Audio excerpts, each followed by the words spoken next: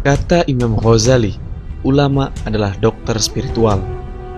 Merekalah para kekasih Allah, merekalah pewaris Nabi. Akhlak yang mulia, ilmu yang menjulang langit dan kearifan hidup mereka adalah lautan teladan yang terus ingin kita gali sebagai uswah hasanah. Dari bagian timur Pulau Jawa, di jantung kota Pasuruan, kita mengenal nama Kiai Haji Abdul Hamid bin Abdullah bin Umar sebagai teladan utama. Sosok dan namanya harum abadi hingga hari ini. Sebuah bukti bahwa semangat kaum salihin tidak pernah pupus di telan zaman. Kiai Hamid terlahir di Lasem, Rembang, Jawa Tengah pada 1333 Hijriah atau bertepatan dengan 1914-1915 Masehi. Hal ini termaktub dalam sebuah syair gubahan beliau sendiri. Kiai Hamid kecil bernama Abdul Mu'ti. Ayahnya Kiai Haji Abdullah bin Umar dan ibundanya Nyai Hajah Roihana.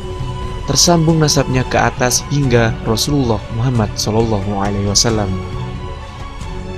Lahir dan tumbuh di masa kolonialisme Belanda yang sedang gencar menerapkan politik etis, Kiai Hamid muda alias Dul Mu'ti muncul sebagai sosok pemberani sekaligus usil terhadap keadaan yang tidak sesuai hati nuraninya. Lingkungan Lasem yang dikuasai para saudagar non-pribumi cukup meresahkan hati dan darah muda Dul Mu'ti. Kesadaran kelas dan identitas sosial mengarahkan Kiai Hamid muda untuk menjadi pembenci kelompok-kelompok Cina, penguasa ekonomi di lingkungan sekitarnya. Apalagi di tangan para taipan itu, bisnis candu berkembang luas dan dilindungi pemerintah Hindia Belanda. Ketidaksukaan Kiai Hamid muda kepada kelompok-kelompok Cina terus menguat. Dul Mu'ti terlibat aksi-aksi nakal bahkan perkelahian fisik dengan mereka.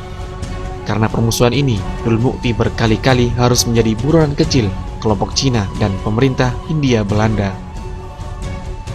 Hal ini membuat Kiai Abdullah sang ayah susah.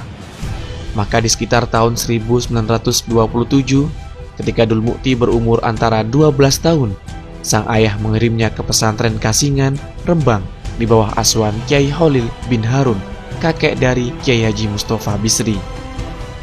1,5 tahun kemudian, Kiai Hamid muda pindah ke pondok pesantren Termas Pacitan yang diampu Kiai Haji Dimyati.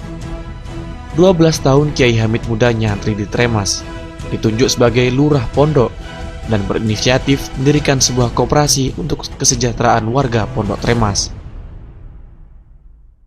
Untuk lebih menguatkan kas lurah pondok, para santri yang memiliki kebun kelapa diminta menyumbang pohon di kebun mereka dan ditulisi milik pohon Tremas.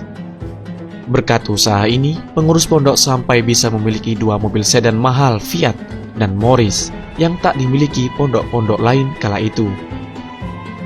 Di pesantren ini, Kiai Hamid muda tumbuh sebagai pribadi yang alim, menguasai berbagai macam ilmu, mulai fikih, balaghah, tasawuf, hingga ilmu kanuragan. Kiai Hamid pun dikenal mahir berbahasa Belanda. Setelah 12 tahun di Tremas, pada 12 September 1940, Kiai Hamid dinikahkan dengan putri pamannya sendiri, Bu Nyai Mafisah binti Kiai Ahmad Kusyairi Pasuruan. Setelah menikah, Kiai Hamid tinggal di Pasuruan, di rumah paman sekaligus mertuanya, Kiai Haji Ahmad Kusyairi.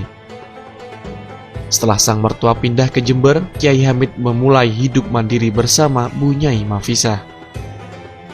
Atas permintaan masyarakat, Kiai Hamid mulai mengajar di sejumlah masjid di wilayah Rejoso, Rangge, Kebon Candi, Kraton, dan Mayangan.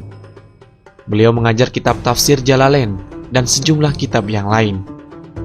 Tiap hari Senin dan Kamis, Kiai Hamid juga mengajar di teras rumahnya yang diikuti oleh 10 hingga 15 orang. Pada beberapa masa kemudian, Kiai Hamid juga dipercaya sebagai salah satu guru besar di pesantren Salafiyah yang pernah dipimpin mertuanya, Kiai Haji Ahmad Kusyairi.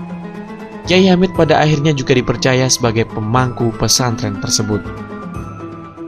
Pada mulanya, Kiai Hamid mengajar banyak kitab kanon kepada para santri, antara lain Jurumiyah, Alfiyah, Takrib, Qasidah Burdah, dan Ihya Ulumuddin. Namun di kemudian hari, tugas-tugas mengajar itu beliau wakilkan kepada orang lain. Kiai Hamid mulai menepi dan mementingkan riyadhah atau laku batin.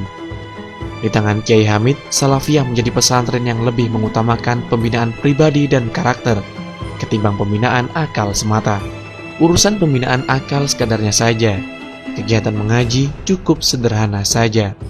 Satu kebiasaan unik yang dikenang oleh semua orang pernah berjumpa adalah kebiasaan-kebiasaan beliau memberi uang kepada siapa saja yang ditemui. Kiai Hamid adalah sosok berpembawaan lembut, penuh perbawa, dan halus perangai. Angel dukane, gampang nyeburakne, tidak gampang marah dan mudah memaafkan.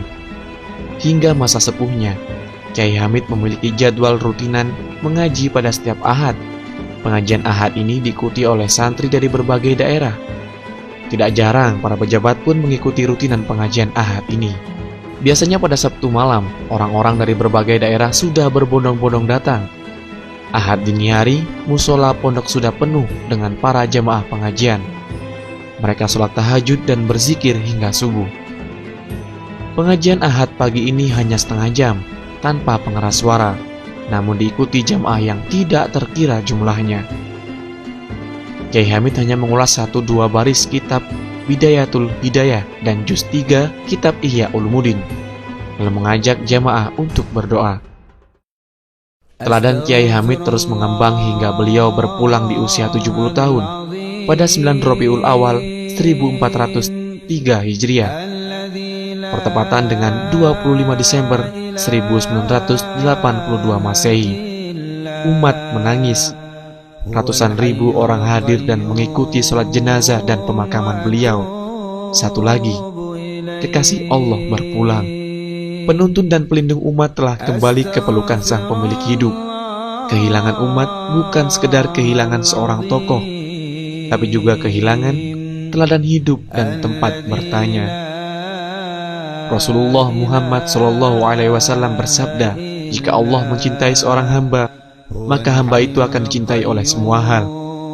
Kiai Hamid adalah tamsil nyata bagaimana keteladanan hidupnya dicintai dan diteladani dengan penuh kekaguman hingga hari ini.